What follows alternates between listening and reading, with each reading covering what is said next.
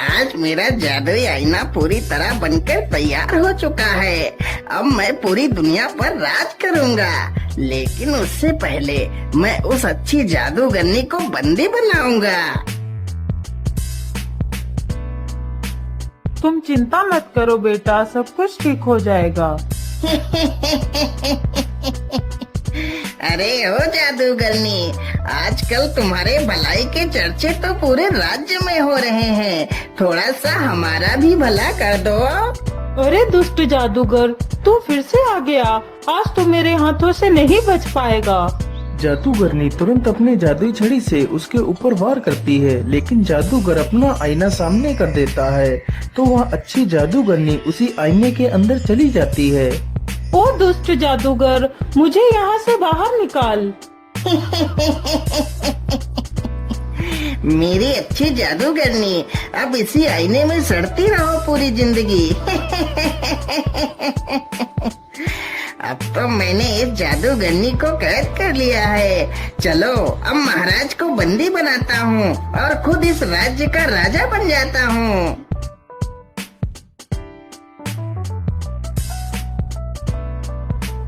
महाराज, पेश करता हूँ दुनिया का सबसे अद्भुत आईना। इसमें आप अपने आप को देखकर यह जान सकते हैं कि आप कितने शक्तिशाली हैं महाराज।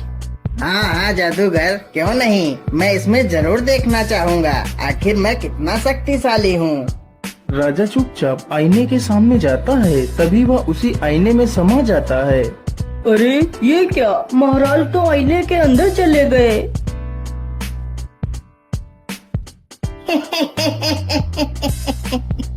ध्यान से सुनो मेरे दरबारियों, आज से तुम्हारा राजा मैं हूँ। अरे दुष्ट जादूगर, हम तुझे जिंदा नहीं छोड़ेंगे। सैनिक जैसे ही आगे बढ़ते हैं, जादूगर उन्हें वश में कर लेता है।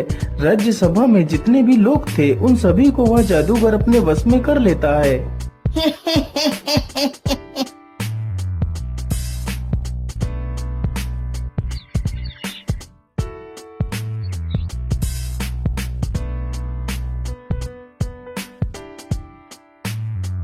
बेटा, तुम रोज रोज ऐसे कब तक भटकते रहोगे? मेरी मानो तो तुम्हें महाराज के पास जाना चाहिए। वह तुम्हें जरूर किसी नौकरी पर रख लेंगे। वह बहुत दयालु हैं। हाँ माँ, आप बिल्कुल ठीक कहती हो। आज मैं महाराज के पास ही चला जाता हूँ। इतना सोचकर रमेश एक पोटली में खाना बांधता है और राजा से मिलने के लिए निकल पड़ता है।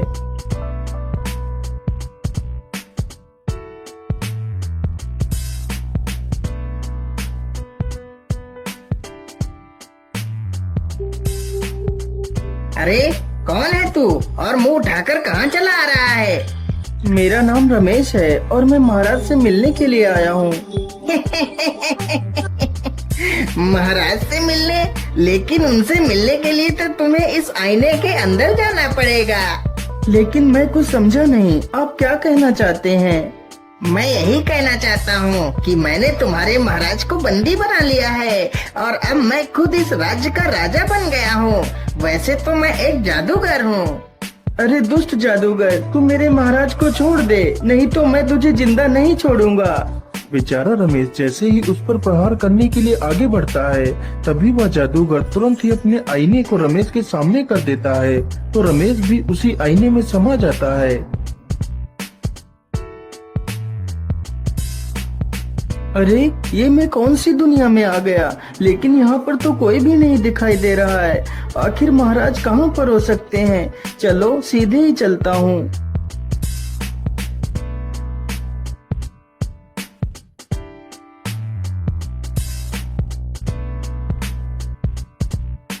रमेश चलते चलते एक जंगल से गुजरता है।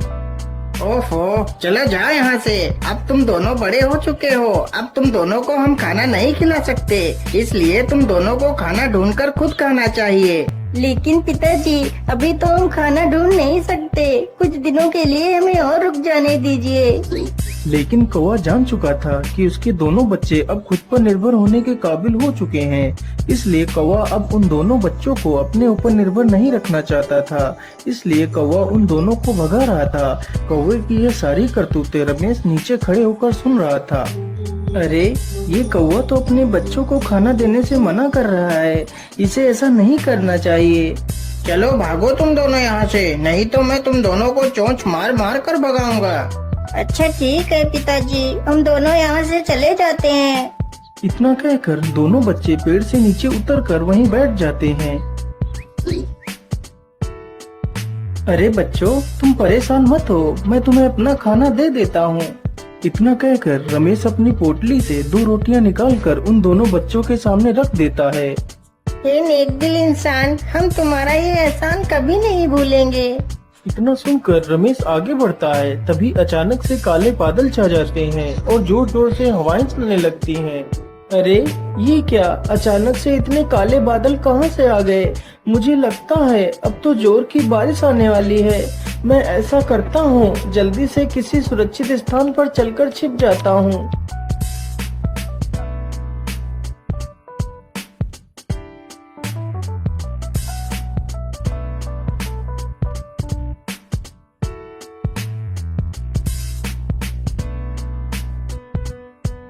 अरे, उधर तो एक झोपड़ी है, चलो जल्दी से उस झोपड़ी में चलकर छिप जाता हूँ। रमेश जल्दी से उस झोपड़ी में जाकर छिप जाता है।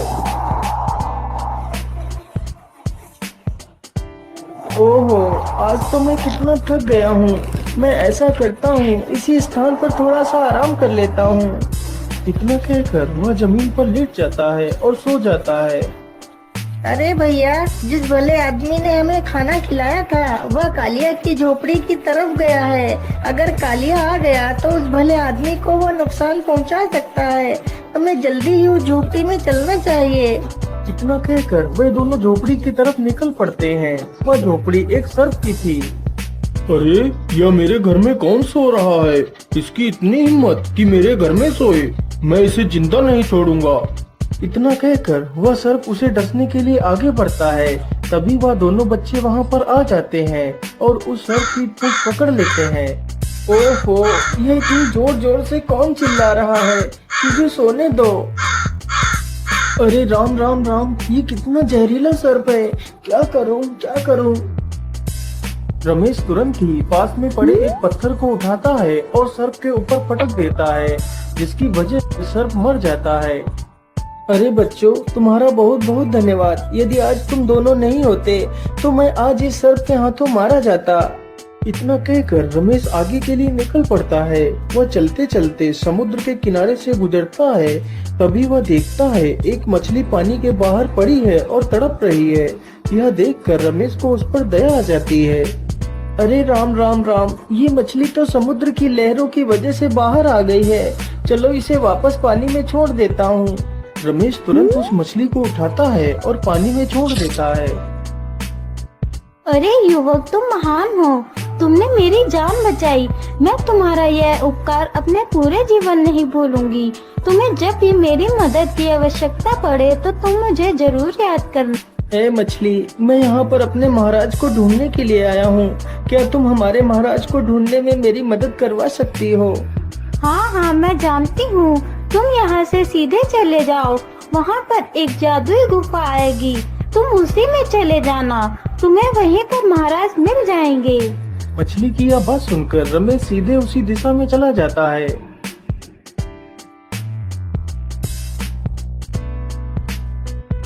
मुझे लगता है यह वही गुफा है जिसकी बात वह मछली कर रही थी। चलो इसके अंदर चलता हूँ। रमेश गुफा के अंदर चला जाता है तो देखता है गुफा में कई सारे लोग बंदी हैं, जिसमें वह अच्छी जादूगरनी भी शामिल थी। महाराज, आप तो इस पिंजरे में बंद हैं। मैं आपको यहाँ से कैसे आजाद कराऊं? अरे बेटा, इस पिंजरे से आजाद भी हो गए तो क्या, इस आईने से बाहर कैसे निकल पाएंगे? लेकिन आप कौन हो? मैं एक जादूगरनी हूँ। मुझे उस जादूगर ने धोखे से बंदी बना लिया है। हे जादूगरनी, क्या यहाँ से बाहर निकलने का कोई मार्ग नहीं है? बेटा, यहाँ से बाहर निकलने का बस एक ही रास्ता है। तो आप जल्दी से बताइए वह रास्ता क्या है, मैं आप सभी को यहाँ से आजाद कराऊंगा। यहाँ से बाहर निकलने के लिए हमें एक जुगनू पत्थर ढूंढना होगा, जो पत्थर समुद्र में मिलेगा। यदि वह पत्थर मिल जाए तो मैं उस जादूगर को अच्छा मजा चखा सकती हूँ। ये जादूगरनी, आप चिंता ना करे, मैं जल्दी ही उस जुगनू पत्थर को ढूंढ कर लाऊंगा। इतना कहकर रमेश वहाँ से निकल पड़ता है और समुद्र के किनारे पहुँच जाता है। हे मछली मेरी दोस्त, तुम कहाँ हो? मुझे तुम्हारी मदद की आवश्यकता है। बोलिए दोस्त, तुम्हें मेरी क्या सहायता चाहिए? मेरी दोस्त, मैंने अपने महाराज को ढूंढ लिया है, लेकिन अब मैं एक चमकीला पत्थर ढूंढ रहा हूँ। यदि वह पत्थर मुझे मिल जाए तो मैं अपने महाराज के साथ साथ बाकी सारे लोगों की भी जान बचा सकता हूँ। अरे तुम चिंता मत करो, मैं जानती हूँ वह चमकीला जुगनू पत्थर कहाँ है। तुम यहीं रुको, मैं अभी वह पत्थर लेकर आती हूँ। मछली तुरंत पानी में जाती है और कुछ ही देर में वह चमकीला जुगनू पत्थर लेकर आ जाती है। जुगनू पत्थर देखकर रमेश बहुत ही खुश हो जाता है और जल्दी से वह पत्थर लेकर वहाँ से चला जाता है। ये लीजिए जादूगरनी, मैं उस जुगनू पत्थर को ले आया हूँ। जादूगरनी तुरंत उस जुगनू पत्थर को अपनी छड़ी से स्पर्श कराती है तो जुगनू पत्थर उसी छड़ी में समा जाता है, तो वह और भी ज्यादा शक्तिशाली हो जाती है। जादूगरनी का पिंजरा अपने आप ही नष्ट हो जाता है। फिर वह सभी को आजाद करा देती है। ऐ जादूगरनी, हम यहाँ से आजाद तो हो गए, लेकिन हम यहाँ से बाहर कैसे निकलेंगे? महाराज, यह एक जादुई नगरी है। यहाँ से बाहर जाने के लिए हमें उस अनोखे झरने के पास चलना होगा। सारे लोग जल्दी ही उस झरने के पास जाते हैं। लेकिन यहाँ पर तो कोई रास्ता नजर नहीं आ रहा है। महाराज, आप फिक्र मत करिए, मैं अभी रास्ता बनाती हूँ। जादूगरनी ने तुरंत ही अपनी जादुई छड़ी से एक रास्ता बना दिया। फिर सारे लोग उसी रास्ते के अंदर चले जाते हैं। अरे ऐसे कैसे नहीं देगा? सैनिकों, तुम जल्दी से जाओ और मोहन को पीटते हुए मेरे पास लेकर आओ। जादूगर इतना कह ही रहा था कि तभी राजा और वह जादूगरनी तथा बाकी के सभी लोग उस शीशे से बाहर आ जाते हैं। अरे रे रे रे, ये क्या? ये सारे लोग बाहर कैसे आ गए? चलो कोई बात नहीं, बाहर तो निकल आए, लेकिन अब तुम लोग जीवित नहीं बचोगे। जादूगर तुरंत अपनी जादुई छड़ी से उन सब पर अपना वार करता है, लेकिन तभी वह जादूगरनी उसके वार को रोक लेती है। अरे मूर्ख जादूगरनी, तू मेरे रास्ते से हट जा। मेरा तुझसे कुछ भी लेना देना नहीं है। यदि तू मेरे रास्ते से नहीं हटी तो मैं तुझे खत्म कर दूंगा। जादूगरनी ने तुरंत अपना वार किया तो वह दुष्ट जादूगर एक तोता बन जाता है और एक पिंजरे में कैद हो जाता है। महाराज, अब ये दुष्ट जादूगर आपको कभी भी परेशान नहीं कर पाएगा। हे जादूगरनी, तुम्हारा बहुत बहुत धन्यवाद। मैं तुम्हारे इस उपकार को कभी नहीं भूलूंगा।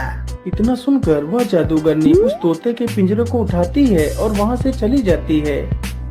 लेकिन बेटा, तुम कौन हो और तुम अचानक से उस आईने में कहां से आ गए थे? महाराज, मेरा नाम रमेश है और मैं आपके राज्य में ही रहता हूँ। फिर रमेश अपनी सारी कहानी राजा को सुनाता है। अरे रमेश, तुम बहुत ही बहादुर हो। मैं तुमसे बहुत प्रसन्न हुआ। यदि तुम अपनी बहादुरी नहीं दिखाते तो हम कभी भी उस कैद से आजाद नहीं हो पाते। इसलिए आज से तुम मेरे विशेष अंगरक्षक हो। उसी दिन से रमेश राजा का विशेष अंगरक्षक बन जाता है।